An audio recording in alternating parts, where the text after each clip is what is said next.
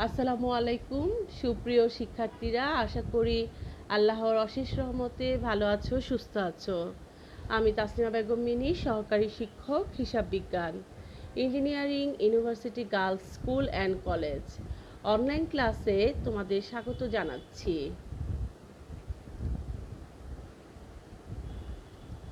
শ্রেণী পঞ্চম, বিষয় বাংলা। শিক্ষার্থী বন্ধুরা, আমরা আমাদের আজকের পাঠটি সাজিয়েছি। পাঠ্য বই বহির্ভূত যে অনুচ্ছেদটি থাকবে সেটিতে থাকবে কি, আমরা এর আগেও ক্লাসগুলো নিয়েছি, 20 নম্বরের প্রশ্ন থাকবে। আর হচ্ছে আজকে আমরা কবিতা থেকে আলোচনা করব, সেখান থেকে থাকবে 10 নম্বর। এই আজকে আমরা 30 নম্বরের প্রশ্নের প্রেক্ষিতে আমরা আমাদের ক্লাসটি সাজিয়েছি। তোমরা ক্লাসটির প্রতি মনোযোগ দাও। আমরা আজকে যে অনুচ্ছেদটি নিয়ে আলোচনা করব সেটি হচ্ছে কলম। কলম নিয়ে আলোচনা করব।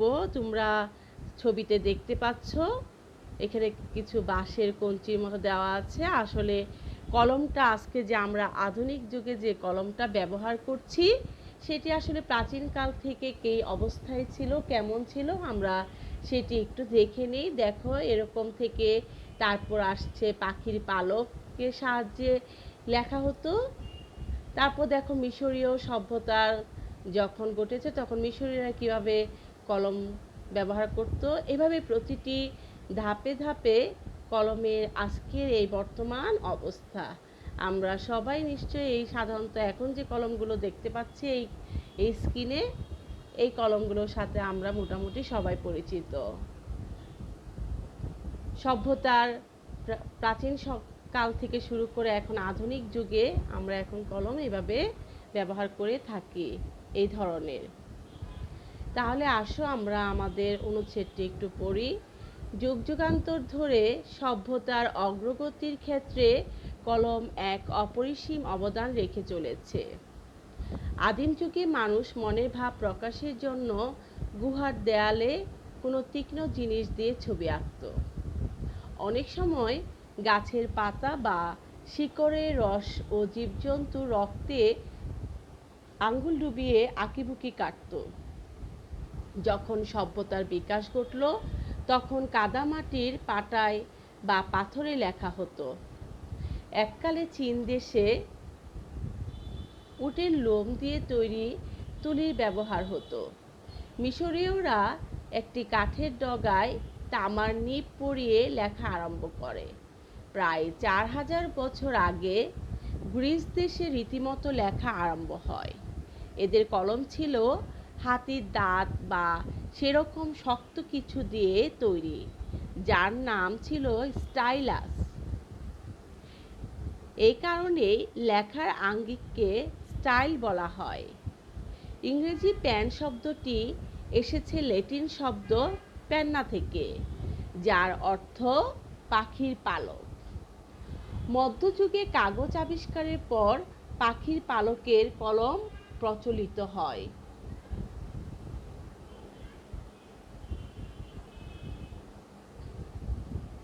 মধ্যযুগে কাগজ আবিষ্কারের পর পাখির পালকের কলম প্রচলিত হয়। ইংল্যান্ডে 1780 সালে নিব পরানো কলম দেখা যায়। পরে 1884 সালে ওয়াটারম্যান আবিষ্কার করেন ফাউন্টেন পেন। এরপর অন্যান্য দেশেও ফাউন্টেন পেন তৈরি করতে শুরু করে। বর্তমানে সহজলভ্য বল পয়েন্ট কলম তৈরি হয় বিংশ শতাব্দীতে।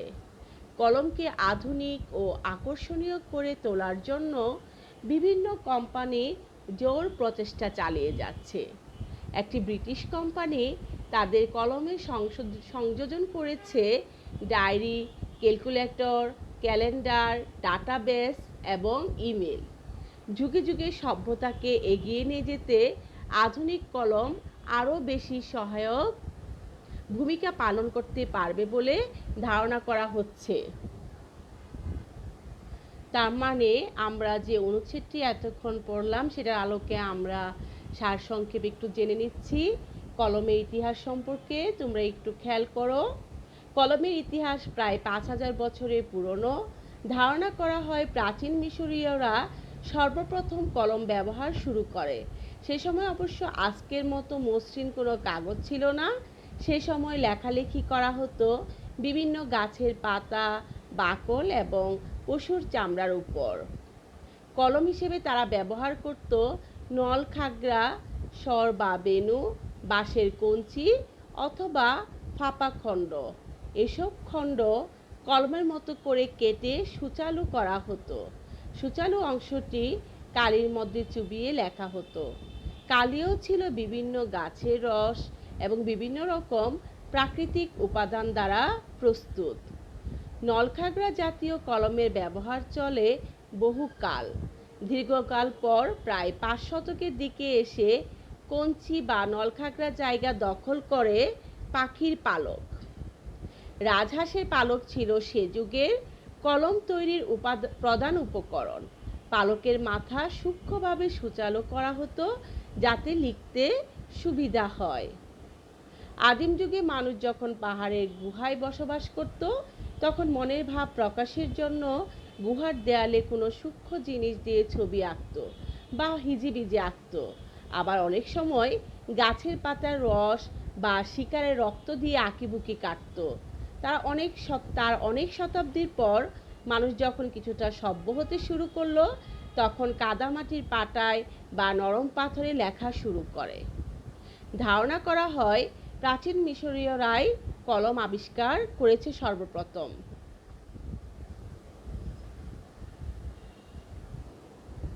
তার মানে কলমের ইতিহাস থেকে আমরা জানতে পারলাম খাগের কলম। খাগড়া এক ধরনের গাছ জাতীয় উদ্ভিদ। এটিকে অনেক সময় নলখাগড়া বলা হয়ে থাকে। এই খাগড়ার একদিকে সরু করে কেটে এই কলম তৈরি করা হতো। তারপর বন গাছের কলম, এটিও খাগড়া বা নলখাগড়ার মতো এক ধরনের উদ্ভিদ, যার আকৃতি অনেকটা বাঁশের কঞ্চির মতো। এর সাহায্যে কী করা হয়েছে? কলম তৈরি করে কলম ব্যবহার করা হয়েছে, যেটাকে বলা হচ্ছে বাঁশের কঞ্চির কলম। তারপর আসলো কি কুইল বা পালকের কলম। সেটি হচ্ছে পালক দিয়ে কি পাখির ডানার পালক দ্বারা এই কলমটা কি করা হতো? তৈরি করা হতো। এরপর আসে আমাদের কলম, নিবের সাহায্যে কলম। এরপরে আজকের এই আমাদের কালির কলম, যেটা আমরা ব্যবহার করছি। আধুনিক কলম। আজকাল এই ঝর্ণা কলম দেখা যায় না। সাধারণত আমরা এখন এই ধরনের কলম, বল পয়েন্ট যেটা, সেটাই ব্যবহার করে থাকি। সর্বপ্রথম ধারণা করা হয় বল পেন আবিষ্কার করা হয় 1988 সালের 30শে অক্টোবর। জন লাউড নামক একজন পত্রিকার সম্পাদক সর্বপ্রথম এই কলম আবিষ্কার করেন। তবে তার এই আবিষ্কার স্বীকৃতি পায় 1943 সালে লেডিস্লাস ব্যুরো এবং তার ভাই জর্জের হাত ধরে বল পয়েন্ট পেন বাজারকৃত হয় এবং আবিষ্কারের কি পায়? স্বীকৃতি পায়। অন্যদিকে ঝর্ণা কলম, যেটা আমরা ফাউন্টেন পেন দেখেছি, সেটি আবিষ্কৃত হয় 953 সালে। হাত এবং কাপড়ে যাতে কালি লেগে নষ্ট না হয়ে যায়, সেই জন্য মিশরের সম্রাট মাদ আল মুইজ একটি কলম আবিষ্কারের কথা চিন্তা করলেন। সেই সময় এই কলম তৈরি হয়। অনেকে মনে করেন ফাউন্টেন পেন থেকে ঝর্ণা কলমের বাংলা অনুবাদ করেছেন রবীন্দ্রনাথ ঠাকুর। যাই হোক শিক্ষার্থীরা, আমরা এতক্ষণ কলমের ইতিহাস জানলাম এবং আমরা অনুচ্ছেদটি পড়েছি। আমরা সেই আলোকে আমরা এখন প্রশ্নগুলো আমরা খেয়াল করব। আমাদের 3 নম্বর প্রশ্নটা কি থাকবে? নিচে কয়েকটি শব্দ ও শব্দার্থ দেওয়া হলো। উপযুক্ত শব্দটি বাছাই করে নিচের বাক্যগুলো শূন্যস্থান পূরণ করে উত্তরপত্রে লেখো। দেখো এখানে কিছু শব্দ এবং শব্দার্থ দেওয়া আছে। নিপ শব্দের অর্থ হচ্ছে কলমের ধাতু নির্মিত মুখ বা মোচ, যার সাহায্যে লেখা হয়। গুহা, গহ্বর বা গর্ত, তুলি, লোমাদি দ্বারা তৈরি চিত্রকরের ছবি অঙ্কনের উপকরণ বিশেষ বা লেখনী অথবা কি বুরুষ। আবিষ্কার, অজ্ঞাত বা অপ্রকাশিত বিষয় বা বস্তুর সন্ধান বা প্রকাশ বা উদ্ভাবন। প্রচলিত, প্রচলন বা প্রবর্তন করা হয়েছে এমন।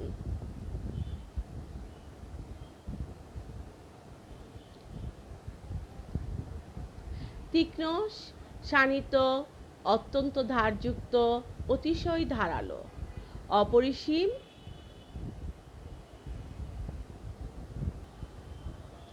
অসীম, অশেষ।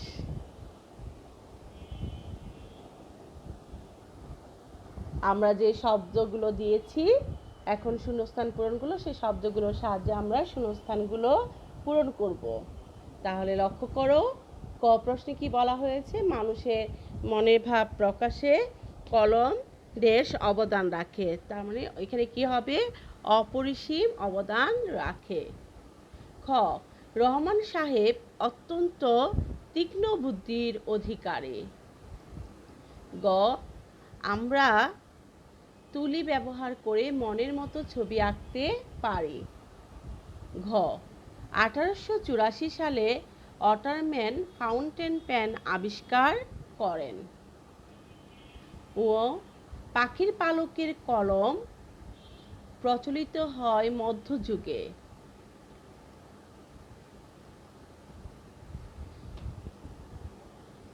4 নম্বর প্রশ্ন, নিচের প্রশ্নগুলোর উত্তর লেখো।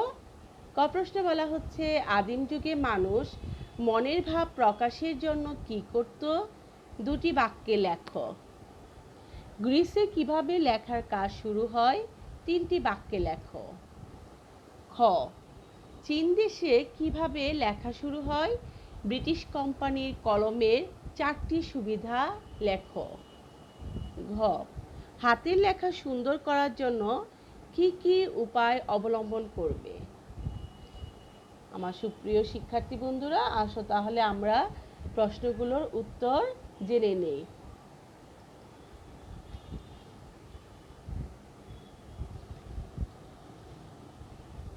ক প্রশ্নে দেখো উত্তর। যুগ যুগান্তর ধরে সভ্যতার অগ্রগতির ক্ষেত্রে কলম এক অপরিসীম অবদান রেখে চলেছে। আদিম যুগে মানুষ মনের ভাব প্রকাশের জন্য নানা ধরনের উপায় অবলম্বন করত। উল্লেখযোগ্য 2টি উপায় নিচে উল্লেখ করা হলো। আদিম যুগে মানুষ মনের ভাব প্রকাশের জন্য গুহার দেয়ালে কোনো তীক্ষ্ণ জিনিস দিয়ে ছবি আঁকত। অনেক সময় গাছের পাতা বা শিকড়ের রস ও জীবজন্তুর রক্তে আঙ্গুল ডুবিয়ে আঁকিবুকি কাটত।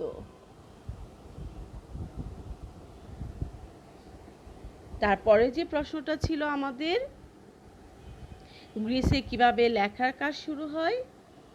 তা 3টি বাক্যে লিখো। তার উত্তরটি কি হবে?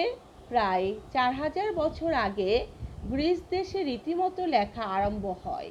গ্রিসে লেখার কাজ শুরু হয়। 1 নম্বর পয়েন্ট, এদের কলম ছিল হাতির দাঁত বা সেরকম শক্ত কিছু দিয়ে তৈরি, যার নাম ছিল স্টাইলাস। 2 নম্বর পয়েন্ট, মধ্যযুগে কাগজ আবিষ্কারের পর পাখির পালকের কলম প্রচলিত হয়। 3 নম্বর পয়েন্ট,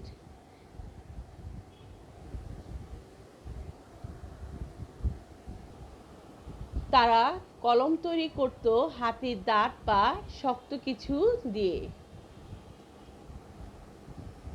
খ প্রশ্নের উত্তর, যুগ যুগান্তর ধরে সভ্যতার অগ্রগতির ক্ষেত্রে কলম এক অপরিসীম অবদান রেখে চলেছে। চীন দেশে উটের লোম দিয়ে তৈরি তুলির ব্যবহার করে লেখা শুরু হয়।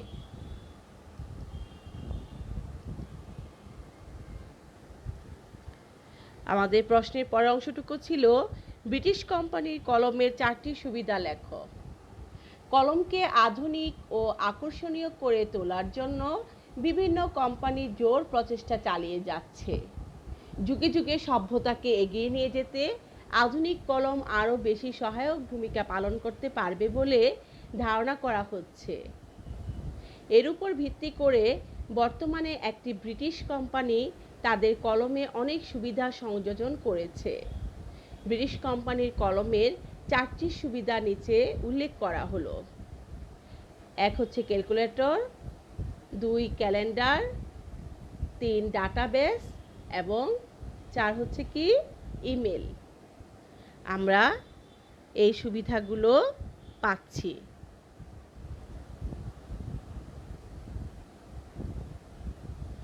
গ প্রশ্নের উত্তর, হাতের লেখা সুন্দর করার জন্য আমি যেসব উপায় অবলম্বন করব তা হলো, বর্তমানে হাতের লেখা সুন্দর করার জন্য বিভিন্ন প্রশিক্ষণ কেন্দ্র রয়েছে, সেখানে আমি ভর্তি হব।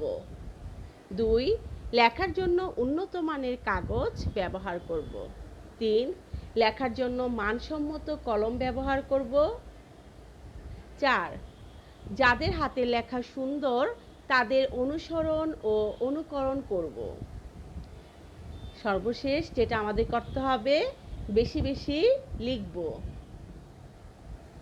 তাহলে শিক্ষার্থীরা, আমরা এতক্ষণ পাঠ্য বই বহির্ভূত যে অনুচ্ছেদটি এবং সেই অনুচ্ছেদের আলোকে যে প্রশ্ন এবং প্রশ্ন উত্তরগুলো আলোচনা করলাম এতক্ষণ।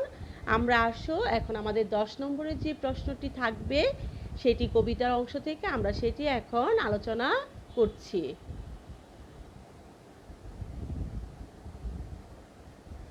শব্দ দূষণ।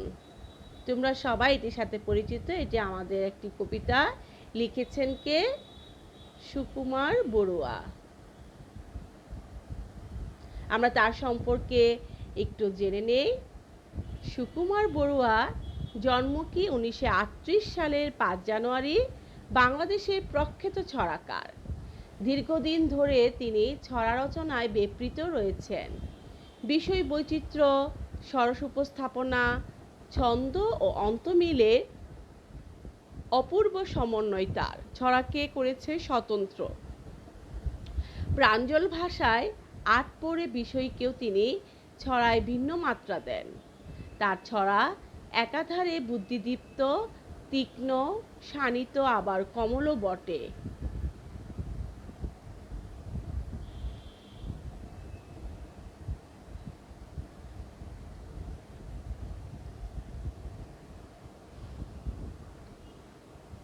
কবি পরিচিতি, নাম সুকুমার বড়ুয়া। জন্ম আমরা একটু আগে জানলাম, তিনি 1938 সালের 5 জানুয়ারি চট্টগ্রামের রাউজান থানার বিনাজুরি গ্রামে জন্মগ্রহণ করেন। পরিচিতি, তিনি বাংলাদেশের একজন বিখ্যাত ছড়াকার।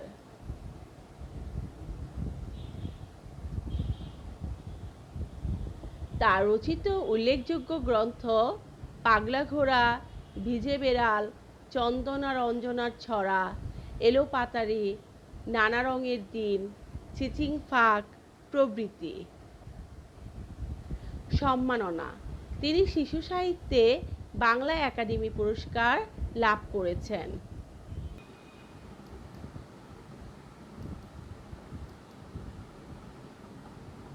10 নম্বর প্রশ্ন, নিচের কবিতাংশটুকু পড়ে ক, খ ও গ ক্রমিকের প্রশ্নের উত্তর লেখো। তাহলে আমার শিক্ষার্থী বন্ধুরা, আমরা সেই কবিতা অংশটুকু পড়ার আগে আমরা আমাদের পাঠ্য বইয়ের পৃষ্ঠা 41 বের করি। আমি একটু কবিতাটি আবৃত্তি করার চেষ্টা করছি, তোমরাও একটু খেয়াল করো। শব্দ দূষণ, লিখেছেন সুকুমার বড়ুয়া। গরু ডাকে, হাঁস ডাকে, ডাকে কবুতর, গাছে ডাকে শত পাখি সারাদিন পর। মোরগের ডাক শুনি প্রতিদিন ভোরে, নিশিরাতে কুকুরের দল ডাকে জোরে। দোয়েল চড়ুই মিলে কিচির মিচির, গান শুনি গুগু আর টুনটুনিটির। শহরের পাতিকার ঢাকে ঝাঁকে ঝাঁকে, ঘুম দেওয়া মুশকিল হর্নের হাঁকে। সিডি চলে, টিভি চলে, বাজে টেলিফোন, দরজায় বেল বাজে, কান পেতে শোন। গলিপথে ফেরিওয়ালা হাঁকে আর হাঁটে, ছোটদের হইচই স্কুল মাঠে। পল্লী সেই সুরে ভরে যায় মন, শহরে জীবন জ্বালা শব্দ দূষণ। সুকুমার বড়ুয়া তিনি শব্দ দূষণ কবিতাটিতে শহর এবং গ্রামের যে শব্দ দূষণ হয় সেগুলো এই কবিতায় তুলে ধরেছে ছন্দে ছন্দে। তবে শহরের শব্দ দূষণটা জীবনে জ্বালা ধরায়, কিন্তু পল্লীর শব্দ দূষণটা মনটা ভরে যায়, এটাই তিনি বোঝাতে চেয়েছেন। তাহলে আসো আমরা কবিতা অংশটুকু যে অনুচ্ছেদ আকারে আসছে আমরা সেটি একটু খেয়াল করি। গরু ডাকে, হাঁস ডাকে, ডাকে কবুতর, গাছে ডাকে শত পাখি সারাদিন পর। মোরগের ডাক শুনি প্রতিদিন ভোরে, নিশিরাতে কুকুরের দল ঢাকে জোরে। দোয়েল চড়ুই মিলে কিচির মিচির, গান শুনি গুগু আর টুনটুনিটির। আমাদের ক প্রশ্নে ভোরবেলায় ডাক শুনে গ্রামের মানুষের ঘুম ভাঙে এমন দুটি পশু পাখির নাম লেখো। এটির জন্য থাকবে কত? 2 নম্বর। তাহলে উত্তরটি কি একটু জেনে নেই। শব্দদূষণ কবিতাটিতে কবি সুকুমার বড়ুয়া শহর ও গ্রামের শব্দদূষণের চিত্র তুলে ধরেছেন। ভোরবেলায় ডাক শুনে গ্রামের মানুষের ঘুম ভাঙে এমন দুটি পশু পাখির নাম হলো, 1 মোরগ, 2 হচ্ছে কি গরু। অথবা কবিতায় কোন কোন পশু পাখির কথা বলা হয়েছে? শব্দদূষণ কবিতায় বেশ কিছু পশু পাখির কথা বলা হয়েছে।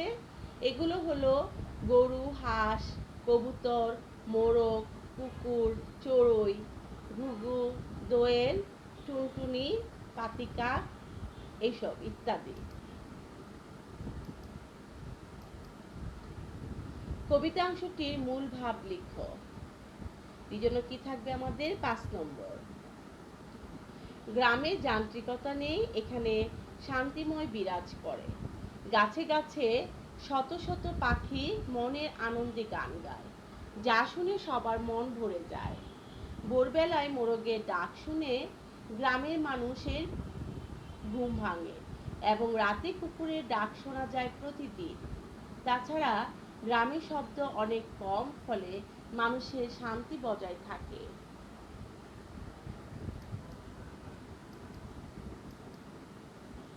গ প্রশ্নে গ্রামের মানুষ কোন পাখির ডাক শুনে ঘুম থেকে ওঠেন তা 3টি বাক্যে লেখো। এটির জন্য ক থাকবে আমাদের 3 নম্বর। মোরগ গ্রামীণ ঐতিহ্যের ধারক। প্রতিদিন ভোরে সূর্য ওঠার আগে মোরগ সকালের আগমনী বার্তা শোনায়। গ্রামে প্রায় প্রত্যেক বাড়িতেই মোরগ রয়েছে, তাই গ্রামের মানুষ মোরগের ডাক শুনে ঘুম থেকে ওঠেন। অথবা সকালবেলায় তোমার করতে ভালো লাগে এমন 3টি কাজের নাম লেখো। সকালবেলায় যেসব কাজ করতে আমার ভালো লাগে তা হলো সকালে খোলা হাওয়ায় হাঁটতে, বাগানের যত্ন নিতে ও মাকে কাজে সাহায্য করতে। শিক্ষার্থী বন্ধুরা, আমি আমার ক্লাসে 2টি অংশে সাজিয়েছিলাম। এতক্ষণ আমরা সেটি আলোচনা করেছি। আশা করি তোমরা ক্লাসটি বুঝতে পেরেছো। আমি তোমাদেরকে বারবারই বলি, সেটি হচ্ছে তোমরা যে ক্লাসটি খেয়াল করো, সেটি আমি নমুনা প্রশ্নের উত্তরগুলো দিয়ে দেই, তোমরা তোমাদের মতো করে লিখবে। আমি শুধুমাত্র তোমাদের বোঝানোর জন্য যে কোশ্চেন এবং কোশ্চেন উত্তরগুলো কেমন হবে সেই আঙ্গিকে আমি ক্লাসটি সাজাই। তোমরা তোমাদের মতো করে লিখতে পারবে। এভাবেই যে লিখতে হবে এমন কোনো কথা নেই, আমি জাস্ট নমুনা উত্তর দিয়েছি, তোমরা তোমাদের মতো করে লিখবে। তাহলে আমার সুপ্রিয় শিক্ষার্থী বন্ধুরা, তোমরা বাসায় ভালো থাকবে, সুস্থ থাকবে। ধন্যবাদ।